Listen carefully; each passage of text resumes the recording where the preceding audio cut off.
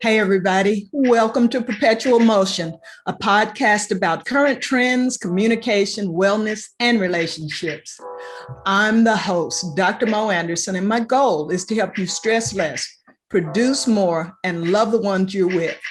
Today, I'm so excited. I'm trying not to fangirl because my special guest is someone I adore, actress Karen Abercrombie, a versatile star of numerous Christian movies who is best known for her breakout starring role as Miss Clara in the 2015 film War Room. Today, we're going to chat about her remarkable career and latest film, Discarded Things, which is now streaming in Prime Video and other on-demand services. I've seen it. It is fire. So if you're new to my podcast, please subscribe to us on Pandora, Google, Apple, Spotify, or wherever you listen to podcasts. So you'll be notified about new episodes and our great guests. And don't forget to like, share, and comment, and subscribe. As I said in the intro, I am over the moon, fangirling a little bit that I have one of my favorite film stars, although she's done a lot more than that. This is like a dream interview for me, and I am not kidding. I think I've seen everything you've been in, and I am referring to the beautiful, talented Karen Abercrombie, veteran actress with numerous projects that she's done, that she's working on, and we're going to talk today about her spectacular career and just what motivates her to motivate others. Welcome to the show, Karen. Oh, thank you so much, Dr. Mo. Thank you. I'm grateful to be here. Well, the pleasure is truly, truly mine. And when I was promoting the program, people were just losing their minds. Unlike anything I've ever seen, I can't imagine what your life must be like, because your breakout role as Miss Clara in the Kendrick Brothers War Room in 2015 just made you a household name, an award-winning role, changed my prayer life, and by extension, changed my life. But I'm wondering, how did it change your life, and more importantly, your vision for spreading the good news of the gospel? Well, love the question, especially the second part. Playing Miss Clara, it was a tasty morsel for me, because being an actress, and at that time, I think I was 57, so playing an 80-year-old woman, I love that challenge, that God would give me the challenge. And then on top of that, spreading the word about the power of prayer. So before that, I had thought, that I was quite the prayer warrior. But my getting prepared to get out of God's way and let him use me, I realized my prayer life had just been scratching the surface, because I had to pray hard to get out of his way so that he could push through me whatever he wanted to use me for in this movie. So it strengthened my prayer life, certainly.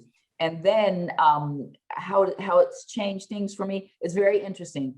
After War Room, everybody wanted me to play their version of Miss Clara, great-great-grandmother, great-grandmother, someone beyond the other side, And I'm a classically trained actress, and God has gifted me. That is my ministry. And so I can play a wide range of characters. So because I wasn't getting anything but those types of offers, I ended up creating my own production company called Earth Mother Entertainment. If I had a choice to either stop acting or just do old ladies, which I'm grateful for any job, but I know that he's given me so much more to do, or do something about it. So I prayed, oh God, you want me to do this? Show me, you know what you've put inside of me, da, da, da, da, da, da. And then he gave me a story, and I wrote it and did the screenplay with a friend of mine who only does screenplays, because I'm smart in that respect, as I know where my strengths lie. Right. So I That's an important thing to know. Yes, girl. Her gifting is writing, because that's all she does, and she does it in excellence. Tara Lynn Marcel. So we wrote the screenplay together for Discarded Things, which was the first film to come out of my Earth Mother Entertainment. And I'm so grateful that I did, because it also allows me to tell stories that I believe need to be told. I love War Room and stories like it, but I do also know that there's a faction of people who feel that they're on the outskirts, that nobody's addressing their stuff except in shame, you know. Right. So I in my life growing up, my father was an alcoholic, my mother was an alcoholic and a drug abuser. So I know some of the stuff about that drug abuse and stuff. And I've seen it just tear people down. And also me and my husband and my son, we were a foster family. So I do know that that was a lot of kids were in foster care because of that. But also it broke my heart because no one wanted to adopt or foster the older children. And I know how wonderful they can be if you just love them and give them time to exhale, inhale and exhale. And once they're sure you're there for them, then they open up. You can't save everyone, but a large majority you can. Love, ooh, what love can do. Sincere love, you know, along with patience and a whole lot of prayer, girl. Yes, yes. But so therefore I just wrote from what I know. And you did an amazing job of it, because in the movie you play Grace Wyatt. I'll just give a little synopsis, and I'm going to encourage everyone. It's a must see. I mean, I've seen it twice and I'll watch it again. It's on Prime Video, PureFlix. It's streaming on demand. But she plays Grace Wyatt, a music professor who had a very difficult childhood, actually, and with a father as a pastor, but grows up and has a successful career as an academician. And then has tragedy again in the loss of her husband, right? It wasn't a fiance, husband, and turns to, which happens a lot, turns to alcohol and prescription medication to self-sedate, to cope with the challenges, and loses her job. That happens as well. In fact, because of the pandemic, people have lost their job and may be trying to cope in different ways, but ends up at an at-risk school for youth. And I love the cast, those young people in particular that you were working with. What was it like working with that cast, having them on the set? It was amazing. Each one extremely talented in their own right.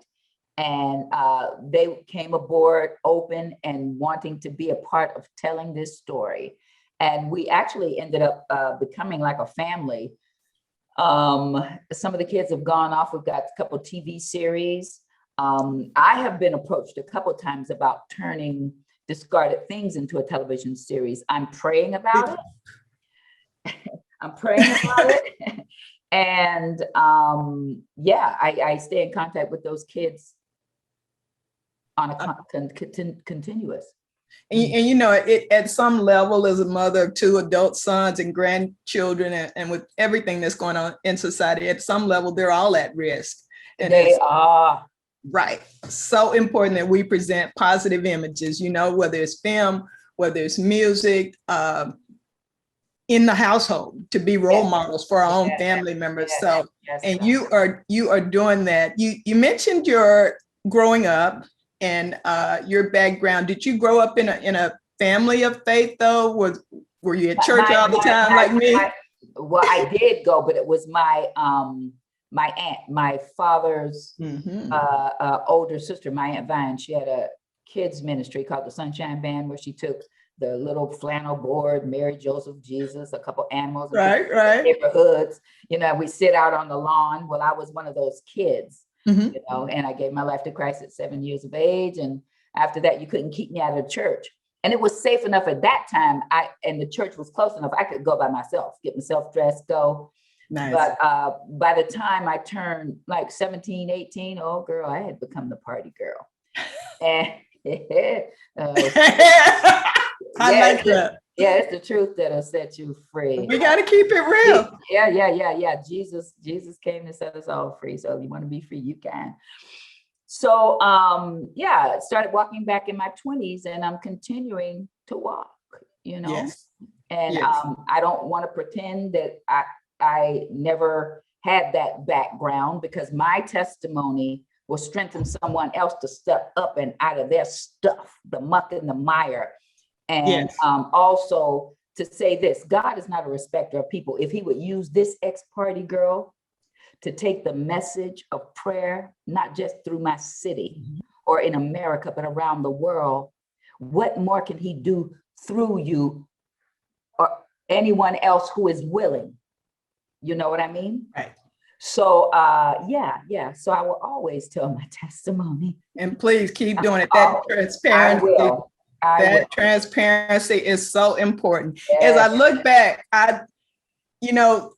most of the time when people get to the level that you are, they've been working at it a long time. We all want that Instagram success overnight, but going all the way back to the 90s, you've been doing wonderful work, a lot in television, it seemed. And then you got into film, and people may have seen you in Ally McBeal, Vampire Diaries. There were a number of things there. I was like, I probably saw her. And then, and then it just all suddenly comes together for you. But it seems like your track right now is primarily Christian film. Yeah, Christian and family friendly. And I would like to do that so that it becomes the norm, that you don't have to give it a category, that is just good stuff, constant good stuff, feeding the people. Right. And we need a lot more of that, and, faith-based. Yes. But we're dealing with reality, as you shared from the plot there. What is it that you want people, we talked about the synopsis and your impetus for doing this project. What is it that you really want people to take away from it, big picture?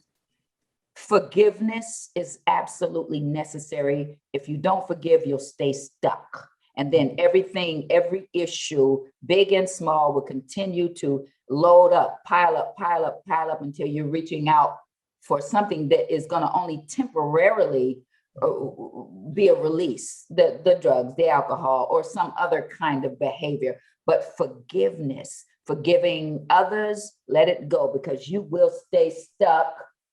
You will stay stuck if you don't forgive. You can't be all that you were purposed here to be if you're filled with resentment and unforgiveness. It's impossible to get all that good stuff that God wants to put down in you. It's impossible to get in there when you're filled up and festering with unforgiveness. And would you agree that a lot of that unforgiveness is about ourselves? Oh, not my able goodness. to get beyond. Yes. It keeps you chained up. Many times we are our prison guard. Many times we are our own prison guard. And the low self-esteem and some of the, bad habits we get into, all of it. Overindulgence. Right. Just Result. trying to deal with that. And there are so many great messages in this film. One of the lines in particular that just resonated me and struck me, I'm going to read it so that I don't mess it up, is you say your past is not the sum of who you are. Would you expound on that and how we can apply that in our daily lives? That's just such a beautiful word. Isn't it beautiful? Whatever has happened in the past is the past. And especially when it's negative, we hold on to it and we allow it to stop us. And that is all. And we swim in it. This is all I am. This is what I've done. I can't do or be anything because of this. But you are not the sum of that. You are so much more. Step up and out of that. Forgive others, forgive yourself, step up out of that and use those extraordinary wings that God has given you. He's given everybody a fine pair of wings in which to soar. Yes, he has. And so many people are getting fearful now. You just display so much courage and faith. So many people are getting fearful as we enter into this cancel culture and the negativity. I've run across people who are afraid to run for office or try to start a business or speak out, particularly about their faith. because of being afraid of backlash. Have you faced any of that? And how would you advise others to deal with that? Myself, no, personally, no, I haven't had any backlash, but there were times when I would be sitting somewhere and not knowing, is this the right time to say what it is, what's brewing in my system? Would it be wise to cast my pearls before the swine right now? Or do I hold on to it? And is my holding on to it in wisdom or is it in fear? Mm-hmm. So in all honesty, so pray about it, think about it, but we are all ministers of a sort. And so we have to stand up for what it is we believe. We don't have to hit anybody in the head with a Bible, but we need to be the Bible. There are people in the pulpit who can recite the Bible backwards, but so can Satan. You're right. And they're living two different lives, but it's for us to be it. Mm-hmm. Be it. Are we being it? Are we living the word we're speaking? Yes. Yes, that's deep. That's deep. And priesthood in the order of Melchizedek. There's so many wonderful role models in the Bible of, overcoming Jonah, preaching to people who don't necessarily want to be preached to, but planting that seed and doing what God has told us to do within our purpose. Did you always know this was the path you were to take? I understand you're saying you're a party girl, but once you reached adulthood, were you pulled in different directions? I always knew that it was the arts. Acting is how he equipped me. So I it's nice to make some money for it, but girl, I will do a piece of theater in a little town and feel just as blessed, because that is what brings me joy. That is how he built me to minister. But I don't take it lightly. I still take classes from time to time. It is iron that sharpens iron. And I'll take class with the ones I might sit across from Angela Bassett or somewhere in a class out in LA, or someone else, Judi Dench, because she's a beast. Yes, she is. Dame Judi, woo! They don't call her Dame for nothing. No, they do not. So I will sit under her or in a class opposite her, and you'd be surprised who might be in class. But you can't just stop and think that you have arrived. You continue to work on it because it's an instrument. So you got to keep that instrument tight. You got to keep it sharp. Right. Continuous process of self-improvement and maintenance and self-care, all of that. Thank you for sharing that, because too many people get to a point and feel like they know everything. And we're changing, whether it's technology, terminology, marketing, that is, and coming from you as well, who's at the pinnacle of your success, that is really, really good advice. Well, what are you working on now? I am, a couple things.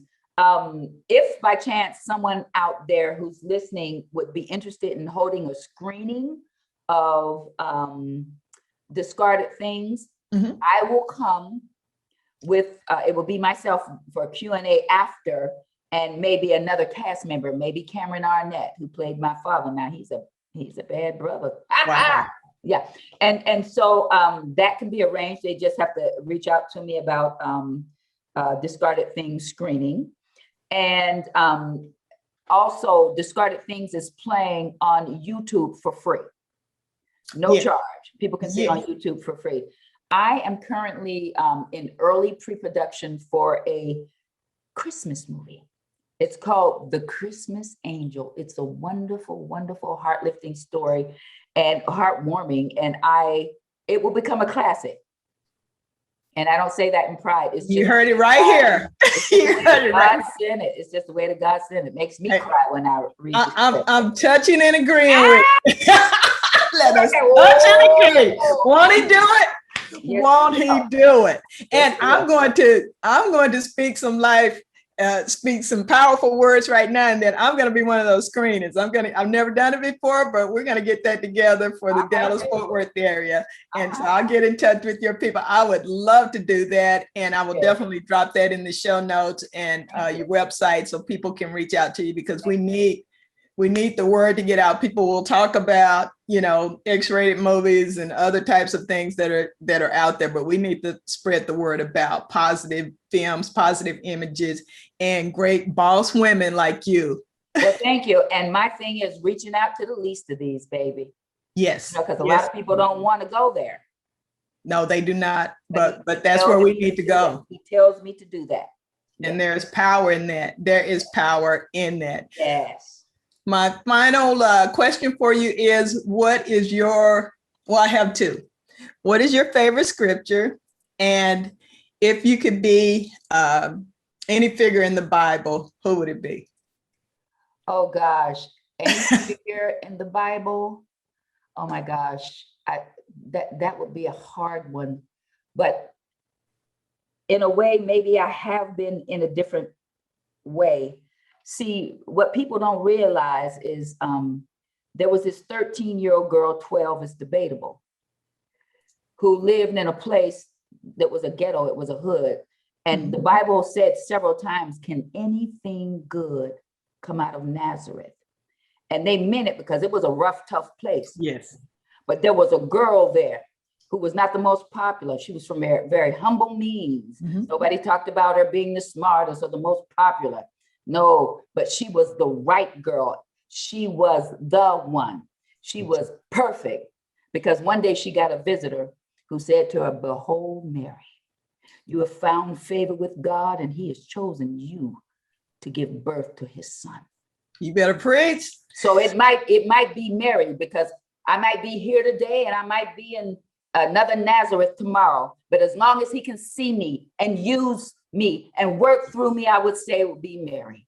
Yes. So I can't give birth to Jesus, but I can give birth to other things that he has purposed me here to do. And I am open and I am willing. And And you are willing to take discarded things and give them rebirth. Hey, yes.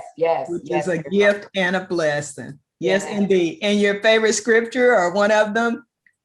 Ephesians 2:10. I've got on my little t-shirt here today. We are a masterpiece.